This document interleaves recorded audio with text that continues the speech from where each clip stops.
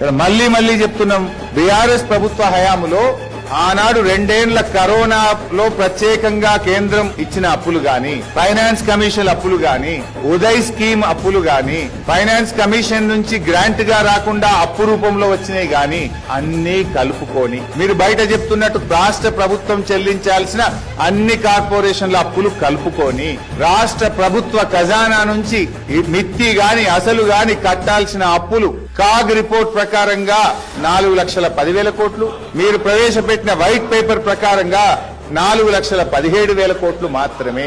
ఇందులో కేంద్ర ప్రభుత్వం బలవంతంగా రుద్దిన అప్పులు కూడా కలిపి చెప్తున్నాం. అవన్నీ తీసేస్తే 3 లక్షలకు వస్తుంది. అన్ని కలిపి కూడా 4,10. వన్స్ అగైన్ నేను రాష్ట్ర ప్రజలకు ఒక బాధ్యతాయుతమైన ప్రతిపక్ష నాయకుడిగా, శాసన సభ్యుడిగా, తెలంగాణ ఉద్యమంలో పాల్గొన్న వ్యక్తిగా, కేసీఆర్ శిష్యుడిగా రాష్ట్ర ప్రభుత్వ అప్పు యాజ్ పర్ వైట్ పేపర్ అక్షరాల 4,17,000 కోట్లు మాత్రమే.